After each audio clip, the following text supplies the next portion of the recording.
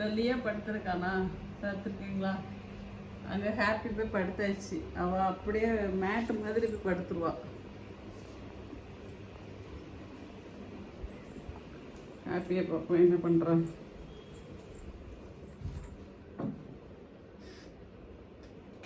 ஹாப்பியும் இங்கே வந்து படுத்தாச்சு.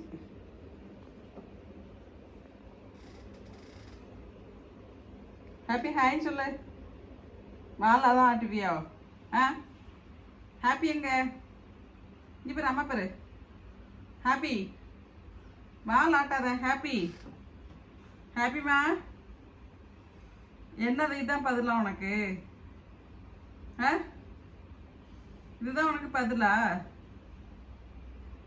ஆமாவா? ஆ அடியே என்ன சோகம் உனக்கு? என்ன வேணும்? கண்குட்டிக்கு என்ன வேணும்? என்ன வேணும்? என்னம்மா வேணும்? சாப்பிட்டல்ல? சாப்பிட்டல? தூக்கம் வருதா? தூக்கம் வருதா? தண்ணி துடைக்காம தூங்குற? சரி தூங்கு சரியா?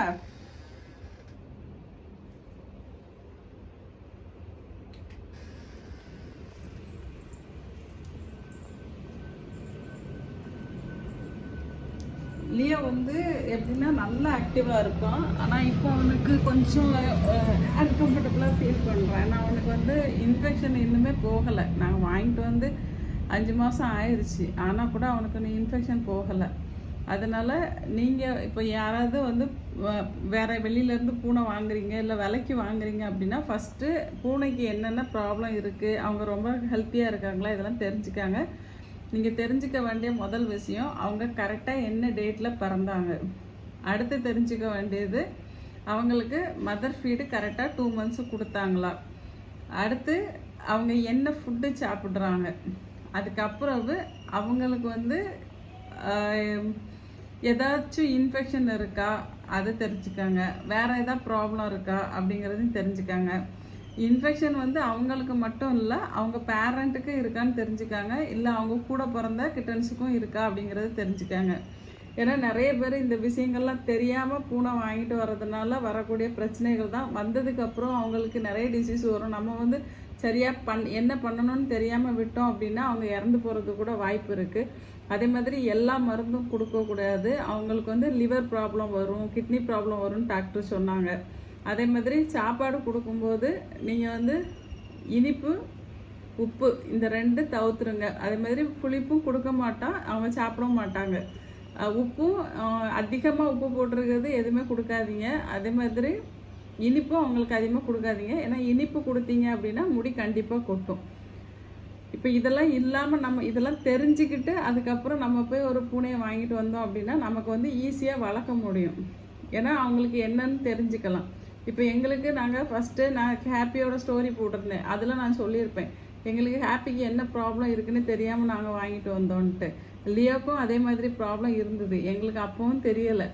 கொஞ்ச நாள் போக போக தான் ஹாப்பிக்கு நிறைய ப்ராப்ளம் ஆகும்போது தான் எங்களுக்கு தெரிய வந்துச்சு இந்த மாதிரிலாம் ப்ராப்ளம் இருக்கான்னு செக் பண்ணிவிட்டு வாங்கணும்னு. எங்களை மாதிரி நீங்களும் போயிட்டு நாங்கள் வாங்கினது ஒரு பெரிய யூடியூபர் ஒருத்தரோட குட்டி தான். அவங்களோட வீடியோலாம் நாங்கள் பார்த்துருக்கோம்.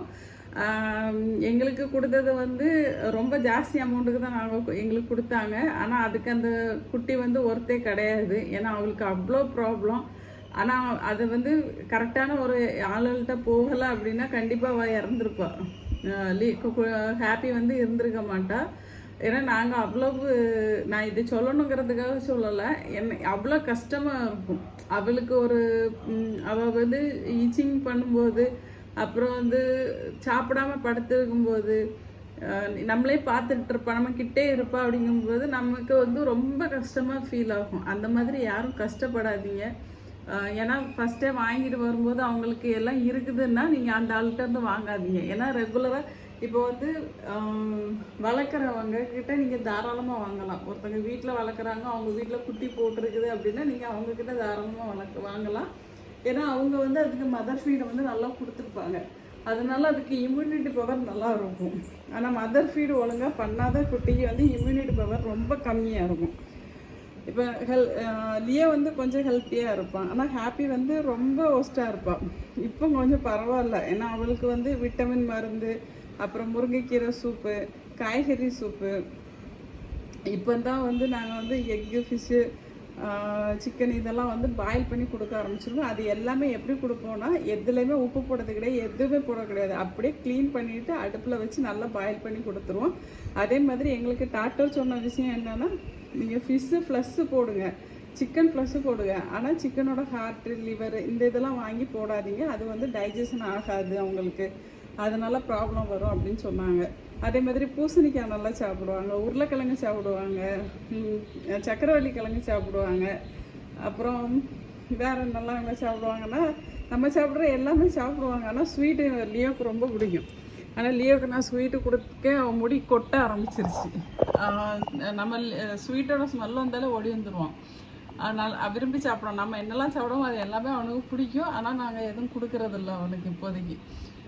லைட்டாக சும்மா பேருக்கு கொடுத்துப்போம், அவ்வளோதான். அதேமாரி மில்க் ப்ராடக்ட் கொடுக்காதீங்க.